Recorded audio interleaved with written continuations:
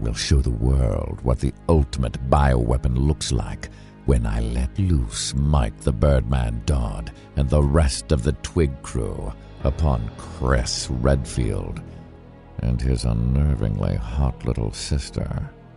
Oh. Oh, yes. Right here on ThisWeekInGeek.net.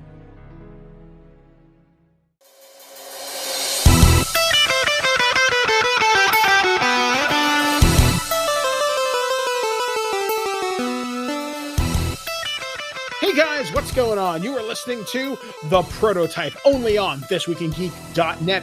I'm your host, Mike the Birdman Dodd, and yes, I now have a quarantine beard because I don't know what day it is. Down is up is down, and everything looks the same. But yes, I am not alone as I join into this descent into insanity. You might even say virtual insanity. If you know what I'm talking about, that's awesome. But I'm joined by the man in Kitchener himself. Alex, the producer, and I'm made of virtual insanity. Ooh. Oh, Jamiroquai. I want one of those stupid Cat in the Hat hats that he had. Yes. Man, I used to love his stuff just way back in the day. Futures made of virtual insanity. That song played back to back with I Can't Stop Jack's Hole. I can't stop loving you, baby. Da, da, da. That was nonstop. Those two songs back to back in 97 or something like that. I remember the music video for Virtual Insanity where he's walking in the room and the room just keeps moving around him. That I thought was so clever. Was my mom's favorite music video of all time. I'm not even kidding. I can see why. It's clever. Like we're talking 20 years later, I'll be like, hey, so I'm watching music videos and she's like, put on that Jamiroquai one. And I'm like, what? Okay. I love your mom. She's so delightfully weird. Yeah. But we're not. She doesn't like here's the thing. She liked that song, but sometimes she'll like a music video, but not like the music. And I'm like, for example, Brand Van 3000, Drinking in LA. Yeah. She loves the music video, hates the song. That's so strange. But we are not here to talk about old 90s tunes. No, we are here to talk about the latest in our console entry series. And this one is actually not a goodbye to the console because as far as I know, there's no new Nintendo hardware. We got about 4 or 5 years of this sucker still. Yes. So the Nintendo Switch first came out, I want to say, 2017, correct?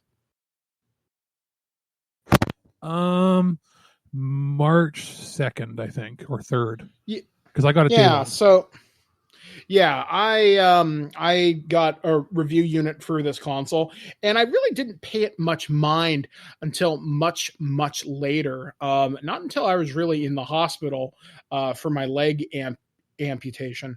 But in the last 2 years, I've started to branch out of my comfort zone with the Nintendo Switch, and that's what we're going to be talking about today. However, if you live in North America, and I imagine this is probably the same case everywhere, finding a Nintendo Switch right now is a bit of a trick.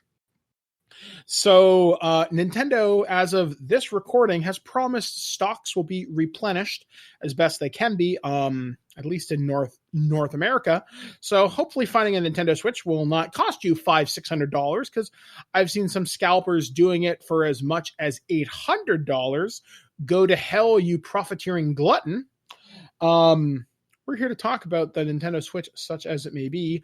Now this show, it's going to run a little bit different because Alex is the expert here. He has way more experience with the Switch than me. I can only talk about the games I've played and games that I personally own. I have mentioned on my social media over the past few weeks some recommendations for games. Some of the games that you fans have recommended to me is Cadence of Hyrule, which is that music rhythm game Zelda one. So I picked that up.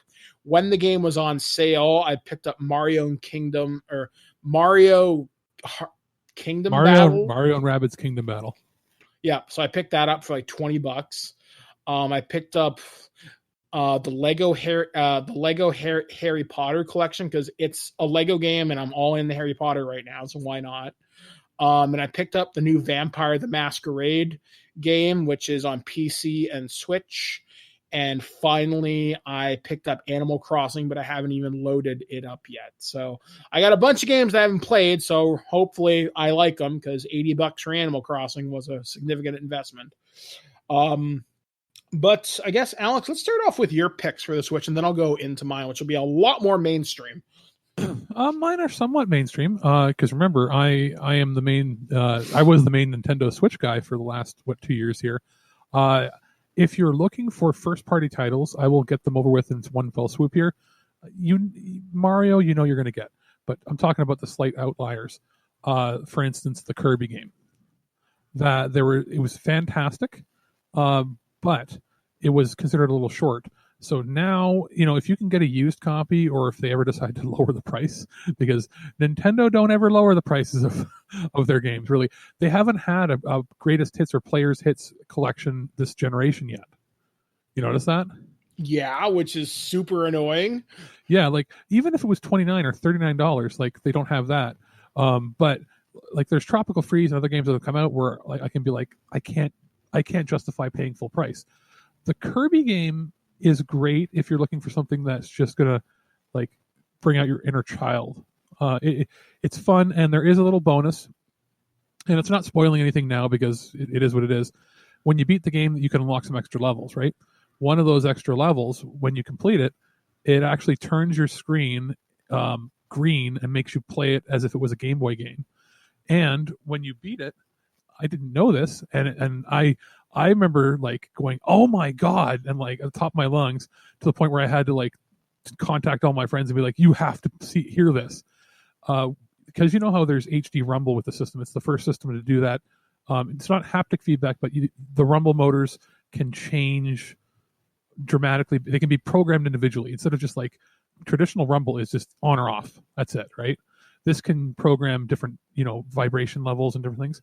Well, you can actually, when you beat this level, it plays the Kirby Game Boy theme through the controller's vibrations. Oh, that's cool. Like the motor of the rumble makes the cheeps and beeps and chirps of the Game Boy. There's no speaker in the controller. So holding it in your hands helps the vibration reach your ears. So you can hear it faintly if you're just holding the controller, but holding the controller with both hands, you can feel the vibrations, and it actually resonates into your ear. Similar to how they have headphones out there now that do that, where they use vibrations to send you the music. So I was like, oh my God, like the coolest showcase, coolest Easter egg for the HD Rumble is in an Easter egg in a first-party title that very few people will play because Kirby's never been the most popular of the series. So it's worth it just for that. The Yoshi's, why am I drawing a blank? It's the Crafted World. Super duper fun. That's one, if you really wanted to chill out and play, that's another one I could suggest. But again, they're not, at this point when they've been out this long, yes, when they're new, they're worth $80. I don't know if it's worth $80 to you or to the casual people out there that, are like, well, that's a 2-year-old game now. If you can get a used copy for $50, 100% get it. Or in the States, $30, really worth it. Now, those are pretty much the first party titles, I'd like to say, except for Fire Emblem Three Houses. That is probably the premier tactics RPG that you're going to find on the system. Enough said about that. Okay. You play as 3 different people, or you can join 3 different houses, right? And it branches the storyline out. And to get the whole story, you have to replay it 3 times. But you don't feel bored or anything. You're compelled. You feel like you want to keep playing it. So you can get 100, 200 hours out of that game.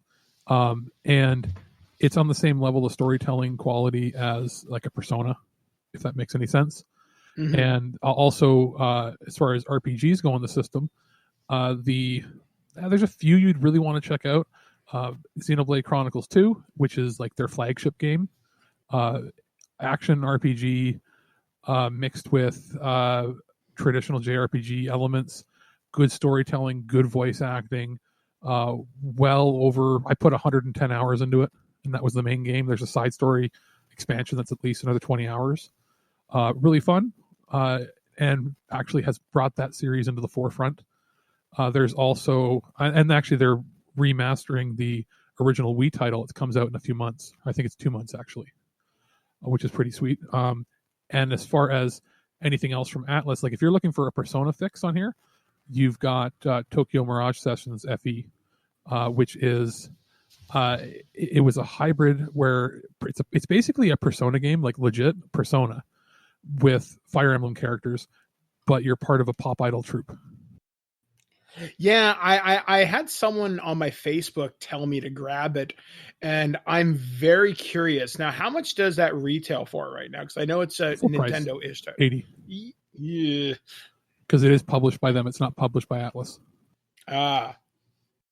Is it worth it? It's worth it when it hits 60. Okay. Because it was a Wii U title that they ported with some extra stuff in it. I got it for review, and it took me about 75 hours to beat. And that's to complete everything. But I found a way to level myself up really fast. So I was able to just do all the extra parts. It's from the era of the Persona 4 game.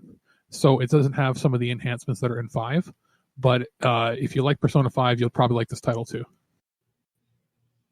And as far as any other titles that are available on the system that are must-buys, Astral Chain, which is a first-party title, but it's created by Platinum Games.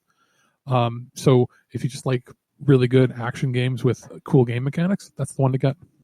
And as far as anything else for the system that is not necessarily exclusive, but has definitive editions, Dragon Quest XI, I was going to talk about that on our PlayStation discussion, but the best version of that game is actually available.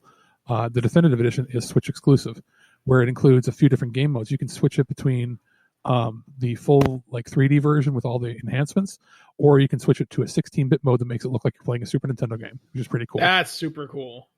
And then as far as anything else, that way there's a few other remastered titles or titles that have been available on previous systems that have come to it that are RPGs that are great. And as far as everything else, it's sort of become the indie darling system where there's indie titles that are available on every platform, but people would rather buy them on the Switch because of the portability factor of it. So there's lots there, and they regularly have sales in the store, like for like a penny. You can get a game for like 10 cents, or $1. And sometimes they're games that are like regularly $10. They're just doing crazy weird sales. Yeah, because I know as of this recording, I know one of the games I've always wanted to play, and I might do it because it's $1 right now, is Saturday Morning RPG. And I remember that having a pretty big marketing push like a while ago. So yeah, if you're willing to look for the deals, they are most certainly out there. So I guess now we're going to come into my thing, and some of these are pretty friggin' obvious, but they've been my experience to be really, really fun games for the Switch. And as Alex is mentioning, the Switch is the indie darling system. And this is where I first played this game. It was one of the first games I bought in quite some time, and that is Untitled Goose Game. I'd like to point out that the Video Game Awards 2019 did a brilliant sketch with this, where it was Beaker from the Muppets. My God, that needs to be a mod in this game where you just chase around Beaker as the goose. I would pay $5 for that. It's a weird puzzle game where you have to go around and accomplish different objectives, like steal the keys from the gardener, or go to town square and lock the kid inside the phone booth, and just stuff like that. That's only as far as I've gotten are the first 2 areas. But you can wander around and screw around and do terrible things as this goose. You can attack, but you can flap your wings, which doesn't do anything, or you can honk at people, which will scare them away. And it's got this very weird Mr. Dress-Up type of music to it. It's very Mr. Rogers. It's so strange. Like, I would love for the Untitled Goose to show up in Smash Brothers as the next fighter, because my God, that would sell so much. So Sakurai, if you're listening, if you won't give me Goku, give me the goddamn goose. It's so stupid and I love it. And I remember talking about it for like a very long time after I bought the game. As Blair, my wife, for example, refuses to call it Untitled Goose Game. She calls it Cantankerous Goose. So there's a little bit of trivia for you. The next one on my list, this one should come as no surprise. If you love Mario Kart 8 on the Wii U, but don't want to go back and dig your Wii U out of storage, well, it's been ported to the Nintendo Switch with all the DLC and a few other improvements, if I'm not mistaken. And that's Mario Kart 8 Deluxe. I bought this for my wife for Christmas one year, and I've had a lot of fun with it ever since. I do need to go back to it and finish it. It's Mario Kart. What do you want? It's going to be first-party Nintendo title that always holds up. In fact, sure, some Mario Karts are better than others, but Mario Kart 8 was pretty solid all around. The next one, I'm just going to say it and move on because it is a system seller. And if you have friends who play it, you know you're going to play it with them. Smash Brothers Ultimate. Do you need the Fighter's Pass? It's nice. I don't know whether I'm going to buy the second Fighter's Pass, though. It's me. I probably will. So what else can I say about Smash? It's the best the game series has ever been, but they changed my boy Pit, and I'm not happy about that, but I'll live with it because I've got Mega Man. The next title I reviewed around Halloween time this last year, and big thanks to Alex for helping me get this, and that's Luigi's Mansion 3. This is a game series. I didn't play the original on the GameCube, but I played the sequel on the 3DS, Dark of the Moon, and I really liked it. Luigi's Mansion 3 takes that formula and improves upon it. It's a fantastically fun game. It's puzzles. They're clever, but they're not impossible. One of the kids who lives in my building, who's a friend of ours, her son is like 9-10 years old and he beat it. So if a 10-year-old can beat it, you can beat it. But this kid's kind of a video game prodigy, so I'm just going to say. The next game that I want to talk about is one that I really enjoyed. I got this back in 2000, and it was 2018 that I got this game, and I was really looking forward to it. And that's Pokemon Let's Go. And that can be Pokemon Pikachu or Let's Go Pikachu or Pokemon Let's Go Eevee. I played Eevee. I got the special edition that had the Pokeball where you can take your Pokemon out for a walk, which is really cool. I didn't get a chance to do that, though, because, being in the wheelchair, I don't get out a whole hell of a lot. But I played through that, had a lot of fun. It's not as traditional a Pokemon as Pokemon Sword and Shield, which I did have but never got into because everybody has God tier teams by now. But hey, if everybody's hanging around doing nothing, you've got nothing but time on your hands right now. So maybe Pokemon Sword and Shield. But I recommend Pokemon Let's Go. It's an older title. You can find used copies pretty readily right now. And it's a fun, casual Pokemon title. And then I got two more titles here for the Switch. I think they're worth checking out. And they're both from smaller developers. One came from Devolver Digital, or at least that's where I got my code from. And the game is called My Friend Pedro. And it's a game that combines bullet hell shooting, but with Matrix Max Payne-like slow motion combat. It's incredibly weird. It's physics-based at times. There are some puzzles to it. And your best friend is a talking banana named Pedro. The game's final boss is really stupid, but it's amazing. When you beat it, you're like, what the fuck just happened?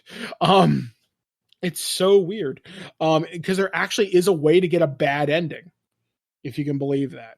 And then my final title, this is a updated version that I think is exclusive to the Switch, and that's Katamari Damacy Rerolled from Namco. I got this for review. Want to say it was last year, or no, year before last. And my wife is a huge Katamari fan. Don't know why, because I had the originals on PlayStation 2 and PlayStation 3 and the Xbox 360, and she just, I guess she was bored one day and just found them. She's like, "Hey, Mike, I really like these. Can you get more of them?" And she's just been a Katamari player, and she's really, really good at them. So, also, the Prince of the Universe is one of the best designed video game characters ever. In fact, if the Prince showed up in Smash Brothers, I'd be really happy too. That's not going to happen.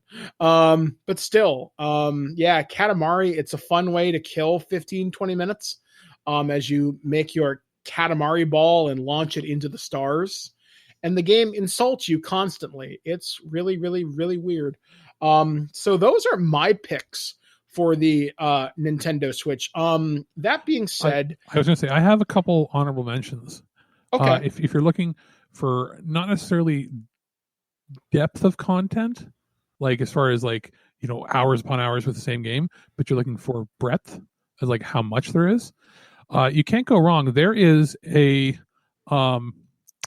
Atari collection available, and it'll cost you, I think, like $30, depending on when it's on sale or not. Includes 150 games, and it's basically they released 3 collections on PS4 and Xbox One, but they combined them into one collection for the same price as one of the collections on the Switch, and it's stuff ranging from the Atari 2600 all the way up to and including the 7800 arcade machines. I think there's a couple of Lynx titles thrown in there. Don't quote me on that. But that's a, you know, if you're looking for something casual, you can just pop on. There's that. There's the Switch has a ton of collections. There's like shooter collections where you get like 6 titles. There's the Capcom beat 'em up collection where it's 6 arcade games, and these are arcade perfect ports. You know, this isn't like somebody running MAME. These are people porting them well. M2 has been doing a fantastic job with the Sega Ages collection. Yes, very much so. They're like between $3 and $6 per game, made to run in widescreen, scales to 1080p, 60 FPS, no audio issues, no lag issues. They even go in and add features and unlockables. The Phantasy Star version is the definitive version of the original Phantasy Star for the Master System, in that they expand the screen out so you can actually see more data, like status of your characters. The map draws itself and fills in as you go, and it shows you the direction you're in, because it used to be you had to figure out where you were. It does all that. You can actually unlock game modes like double experience. You can unlock cheats to play the game differently. There's arcade perfect ports of like Sega racing titles, Sonic, shooters and all this, and they regularly release about 6 to 10 of these a year, and they're anywhere in the $5 to like $7 range when they're new. They're on sale, some of them right now, for like $2 or $3, and because it's M2, you know it's high quality.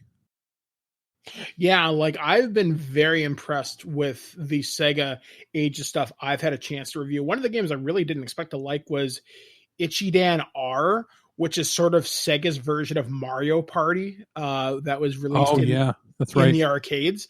That was weirdly fun. Yeah, and then the thing is, they all work. Like unlike you see sometimes ports, you're like, oh, it's going to be glitchy. No, they work, and they are like 100% custom tailored for the Switch. So one other collection I'd like to mention just before we get out of here. This one's it's on sale right now, so I don't know whether it's going to be on sale by the time this episode airs. Was the Sega Genesis collection. Has a lot of titles there, has almost all the Sonics except Sonic CD. I don't think it has Sonic 3 and Knuckles. I'm pretty sure it doesn't. There's been music rights issues with that forever. Yeah, because Michael Jackson's estate has like a stake in it or something. So that's unfortunate. That's been disputed here and there, but I think it's more along the lines of they've been hit with copyright flags on a few things where they sample a little too much of somebody else's music. Mm-hmm. But the Sega Genesis collection is worth it. It's a very well put together port. It sounds good. It plays good. All these are the classic 16-bit games. If you're in our age bracket, for me and Alex, you remember playing, though more me than him. We've reviewed it I'm on a the show. 16-bit boy. You're an 8-bit boy. Yeah, it's true. I mean, I was poor, so I got a Nintendo when I was 5 years old in 1992, and I thought it was new. Yeah, whereas I I grew up with it. Yeah, and I got a Super Nintendo in 1994 or 5. And yeah, it was 94, 95. So there were still like 3 years left of the system. But I played a fair bit, like, with friends and everything. So I would say I'm squarely in 16-bit territory, but like as far as systems that I could enjoy from like day one, I am a 32-bit kid. One thing that we should also mention, the Nintendo Online service is only $20 for the year, and you do get a selection of Nintendo and Super Nintendo titles, including such favorites as Super Metroid, which is one to definitely kind of point out. Now, they did say they are infrequently adding new games to the service. I think it would be fantastic if they added what was on the Super Nintendo Classic, but who am I kidding? I honestly think they're ending the service and they don't want to say it. Not the online like service, but the actual. They said they're not making Virtual Console anymore, and they're so infrequently adding these titles. I think they're going to start doing compilations that you pay for. Because right now they'll give you, here's these free games to play, but like, when was the last time it was updated? Like 3 or 4 months ago, with like 2 titles. So and they're titles that no one cares about. Yeah, the only thing people actually play, as far as I know, like there are some people, I'm going to say, I can't say for everybody. There are people that play the Super Nintendo and regular Nintendo stuff on there, like Star Fox 2 that's available. But I feel like more people play Tetris 99 than anything, which is the competitive Tetris game that you can only play if you have it, have that service. And then there's a few other things that if you are a subscriber, you can get some free DLC for certain games. Yeah, I know for Animal Crossing, you can get a new rug, I think, from Tom Nook. So that's something. So yeah, that's those are our picks for the Nintendo Switch as you enjoy quarantine. It's going to be a little shorter episode, obviously, because this is an end-of-life system. We're literally smack dab in the middle of its cycle. So now, from this is year 3. Right now, we are... for the next 2 years, next 3 years, we are going to see the real meat and potatoes of what this system does as far as quality and just the complexity of the games and what it pushes before we start to see a new system, a completely new platform. So right now we're in the golden years. Yeah, we're going to start to see some real power. I'm hoping, against hope, we see more ports on this system, because everybody, at least in the Persona 5 subreddit, wants a port to the Nintendo Switch, since Joker is in Smash. We're missing, as far as previous systems that we would love to see, we're missing Xenoblade Chronicles X, which is a difficult port because Nintendo doesn't want to admit this, but it's probably too powerful to run on here. It pushed the Wii U to its max. It was on a dual layer Blu-ray. I think it was like 29 gigs, 30 gigs. It would actually have to take a visual hit. And how do you market that? Here's the remastered enhanced edition that looks worse. Yeah. So if they find a way to optimize the engine, they can do it. But the other ones that people have been asking for were the other 2 titles that came. Remember Project or Operation Rainfall? Heard of it, but I don't know anything about it. It was a Kickstarter campaign to try to get people to import Japanese Wii titles to show Nintendo that they want them translated. And the 3 games that were successful that they actually got translated through Nintendo itself, and then I believe XE did 1 or 2 of them, or is it Atlas? Something like that. Was the one title was Xenoblade, the first one, and now it's their flagship thing. The other 2 was Pandora's Tower, which was like a dungeon crawler, which I thought was okay. Yeah, some people want to see that come over. The 3rd game people really want is The Last Story, and that is to date the last game produced by Hironobu Sakaguchi, the creator of Final Fantasy. He left, I think it was shortly after the merger of Square and Enix to Square Enix. I think it was right after Final Fantasy X came out. He left and formed Mistwalker Studios because he didn't like the direction the company was going in. And that was in that era of, we saw what happened when he wasn't in control, and Final Fantasy 13 came out and was a mess. But he made 2 games, the Blue Dragon game and Lost Odyssey, on exclusively for the Xbox, which people have been waiting for a remaster for. And then his company has sort of just fizzled out. But the last thing they did was The Last Story, which was a story-driven, high-quality RPG on the Wii that is ridiculously expensive, that nobody can seem to afford in the aftermarket. And they did have a reprint, but it's not, Yeah, I actually had a copy of that and gave it away because I'm an idiot. And it's a title where it's like, you want a prestige title? If they're bringing over Xeno, this is an exclusive. You can market, like, now that Final Fantasy VII is out, and it's probably going to be the biggest RPG of this generation, especially of this year.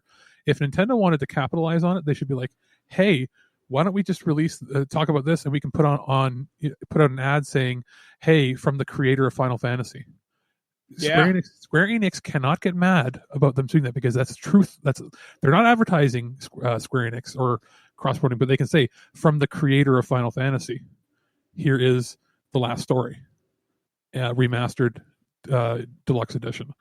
That would be great. As far as other Wii U titles, people wanted a Wonderful 101, and that's actually happening. It was crowdsourced. That's coming out very soon. So yeah, I'll probably buy if there's a digital option. I'll definitely buy it. Yeah, absolutely. And then as far as other exclusives, there was it Devil's Own? That was people forget that one exists. That was the action prison mature rated Japanese game, very similar in look and style to a Konami or Capcom title. And it just didn't sell well. That would be neat to come over. And then you're pretty much covered all your bases from the Wii U, because they're going to bring over the Super 3D Mario World eventually with the cat, the cat suit and all that. Yeah. They'll do that. And then as far as Wii titles go, there's maybe 4 or 5 that I have wishful thinking for, but that would probably never happen, because smaller JRPGs, either they're going to come out because they're dirt cheap to just port, or if they're expensive to port, they're just not going to bother. But I think overall, there's almost no reason to own a Wii U anymore. I mean, not that there ever really was, but there's no reason to hold on to your system anymore. No, exactly. So hopefully, as we enjoy quarantine, you will find many new titles to enjoy for the Wii or for the Switch. Hopefully you have taken some of our suggestions to heart, but as always, we do want to hear from you. I did post a little while ago some asking for your suggestions. So what are some of your best game picks for the Nintendo Switch? Say under $50. Impress me. I definitely want to get more games for my Switch. I've got 200 gigs in that thing, so party on. I definitely want to play more. I want to be a Switch gamer. I really do want to enjoy this. I want to get in on this party while the getting's good. So anyway, we'll be back with more prototypes, as we are going to talk Final Fantasy VII, the remake. We're also, by the time this show airs, you will have heard our Persona 5 discussion roundtable. And we're going to have more stuff as quarantine continues, because this content train never stops. I want to have a discussion about micro consoles and what that means for the world right now. Are people because I'm still waiting on my my TurboGrafx. They're starting to ship out finally. But so yeah, I've seen some reviewers have them already, so they are out in the wild. So yeah, I don't have any real experiences with the micro consoles outside of a Raspberry Pi. And actually, that's what I mean. It would be the micro console and the Raspberry Pi, and we can talk about what micro single board computers have done to the classic gaming world. Okay, so yeah, that's something I'm definitely going to have to read up on, because I am so lost when it comes to that shit. But it'll be fun and fascinating, just an open discussion. Yeah, okay. So we will do that coming up in the month of May and beyond. So anyway, for the prototype, we have been Alex, the producer. I've been Mike the Birdman Dodd, saying live for your diehard. As my friend Jackie Bam Bam might say, be cool, be kind, be careful, and as always, observe social distancing. Wash your goddamn hands. Make sure you're not scratching up your Switch. But most of all, take care of you and your own, but be safe while doing it. We'll talk to you guys next week, right here on ThisWeekInGeek.net.